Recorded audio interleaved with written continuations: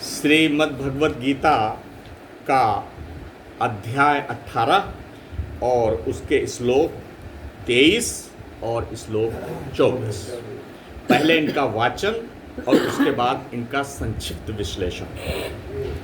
चलिए पहले हम लोग इसे गाते हैं। नियतं संग रहितं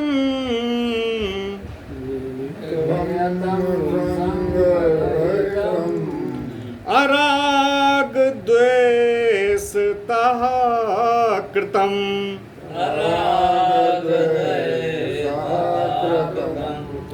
अफल प्रेप्सुना कर्म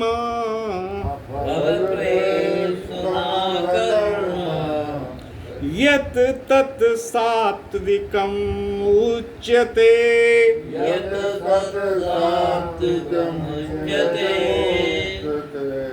यत् तु कामेप्सुना कर्म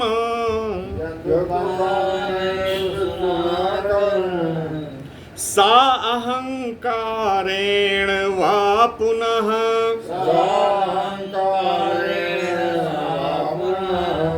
क्रियते बहुलायासं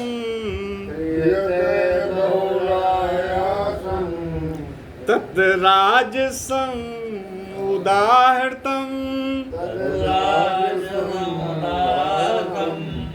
जी, आप देख रहे हैं कि इससे पहले भगवान श्री कृष्ण ने आपको 3 प्रकार के ज्ञान समझा दिए हैं: सात्विक ज्ञान, राजसिक ज्ञान और तामसिक ज्ञान।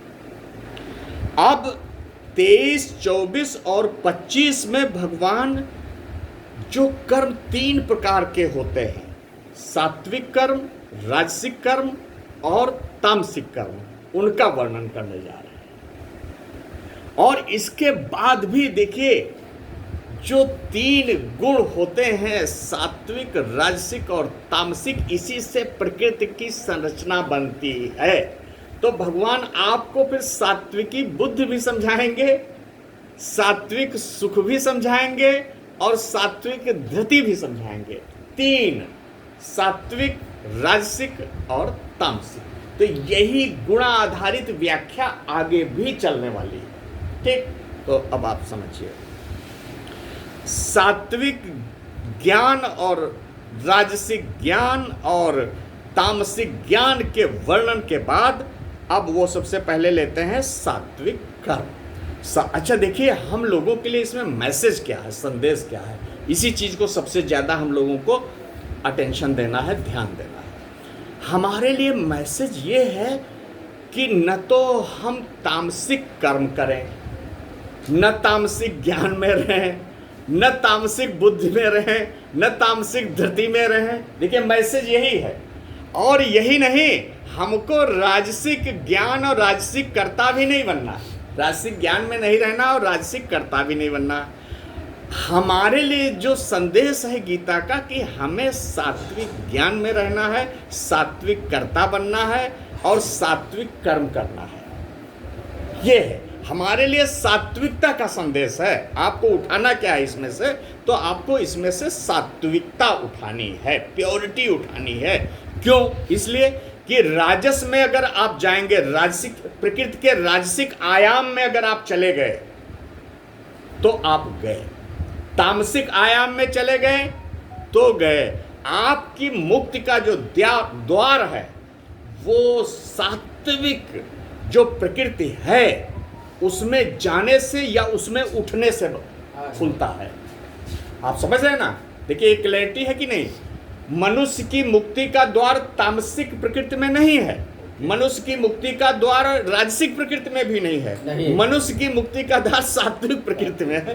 तो अब आप प्रकृति में से कौन सा जो है, कौन सा वर्ग चुनोगे? सात्विक चुनोगे।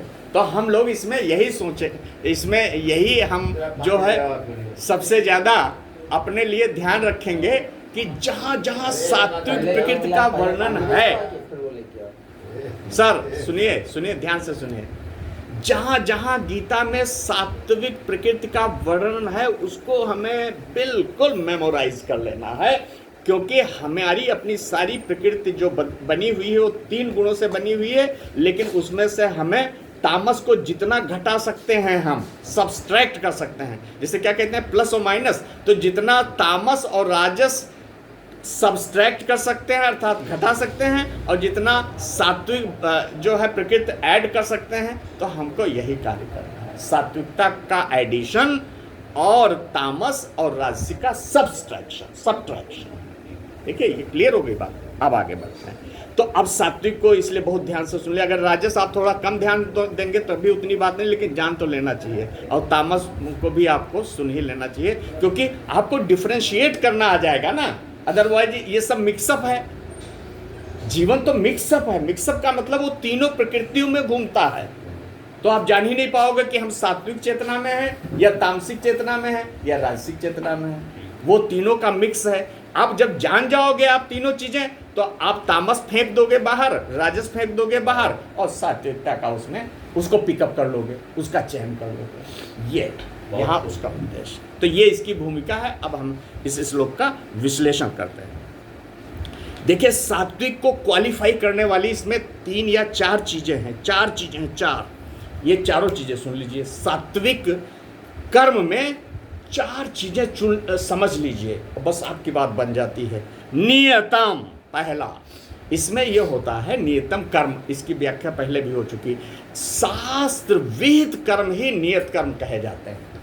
तो ऐसा नहीं कि आप जाएं और अशास्त्रीय कर्म करने लग जाओ मनमाने ढंग से, नहीं।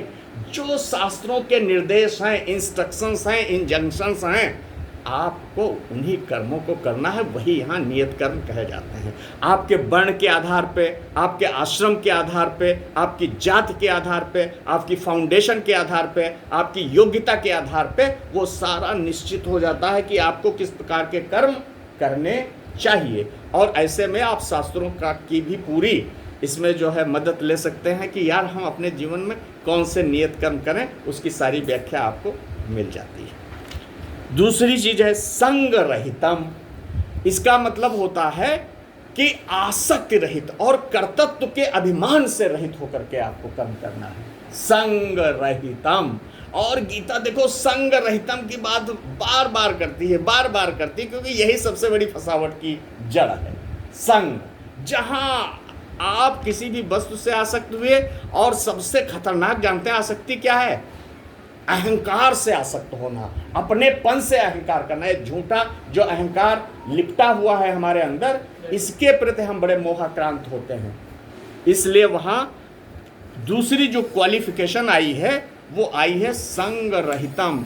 न तो वस्तुओं व्यक्तियों से आसक्त होइए, और सबसे बड़ी आसक्ति जो खतरनाक है, मोस्ट डेंजरस, वो अहंकार से आसक्ति है, कर्तृत्व का अभिमान है, कर्तापन का अभिमान।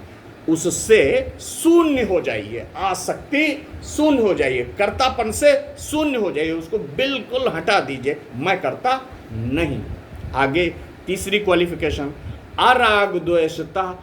और होता क्या है, किसी कर्म को करते हैं या तो राग से करते हैं या द्वेष से करते हैं, या किसी वस्तु से कभी राग करते हैं कभी द्वेष करते हैं। ये जो उठापटक चलती है, किसी तरफ जाना अट्रैक्शन, किसी से भागना रिपल्सन, ये दोनों चीजें नहीं होनी चाहिए। देखिए ऐसा बताइए कहाँ मिलेगा आपको, कौन सिखा देगा कि न किसी वस्तु व्यक्ति से राग करना है, न किसी व्यक्ति से वस्तु से द्वेष करना है। राग में भी न्यूट्रल और द्वेष में भी न्यूट्रल। इससे आप बच जाओगे। आप पूछो ऐसा क्यों?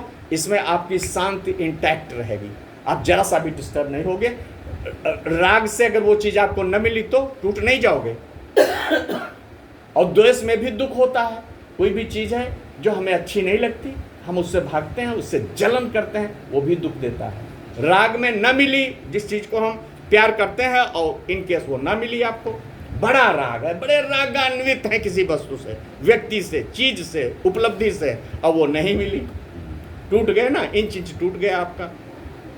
और द्वेष में आप किसी चीज को देखते ही अरे नहीं भैया ये तो भगवान कहते हैं ना, आपको इस संसार में दोनों चीजें छोड़ देनी है, राग भी छोड़ देना है और द्वेष भी छोड़ देना है। Stay neutral in all the situations, stay stay neutral in all the situations, ना अट्रैक्शन ना रिपल्सन।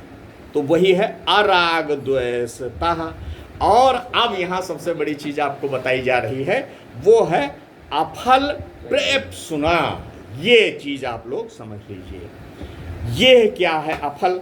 ये है फल को न चाहना, फलाशक्ति को इंच इंच काट देना। देखो ये बहुत सुंदर चीज है। गीता एक मुक्तिवादी ग्रंथ है। भगवान आपको न तो शरीर समझाने आए हैं न मन समझाने आए हैं, वो आपको आत्मा समझाने आए हैं।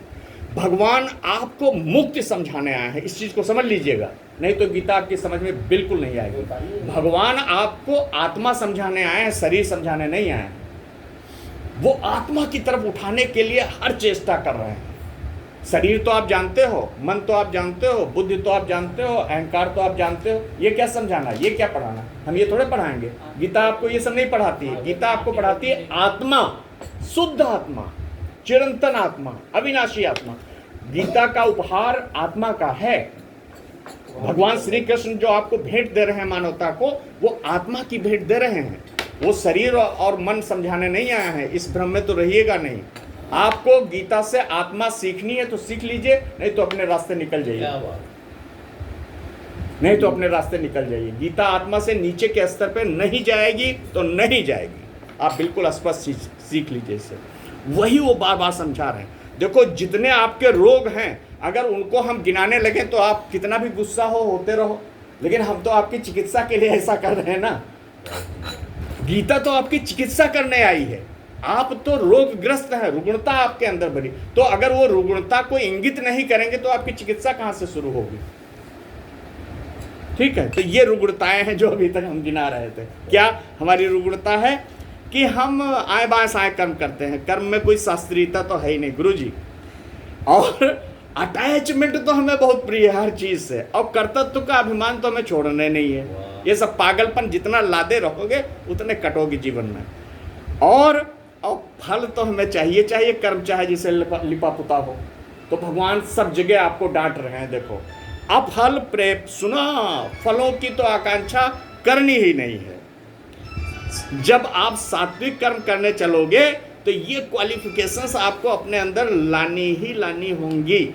ये सात्विक कर्म के कैरेक्टरिस्टिक्स हैं, लक्षण हैं जो आपको समझाए जा रहे हैं। और यही सात्विक कर्म ही हमको आपको सबको सीखना है कि वो शास्त्र सम्मत हो नंबर 1, आसक्ति रहित हो नंबर 2, और राग और द्वेष से आकर्षित और विकर्षित न होते हों, और तीसरा फलों में आसक्ति न होते। ये 4 क्वालिफिकेशंस और 4 कैरेक्टरिस्टिक्स गीता गिनाती है सात्विक कर्म में।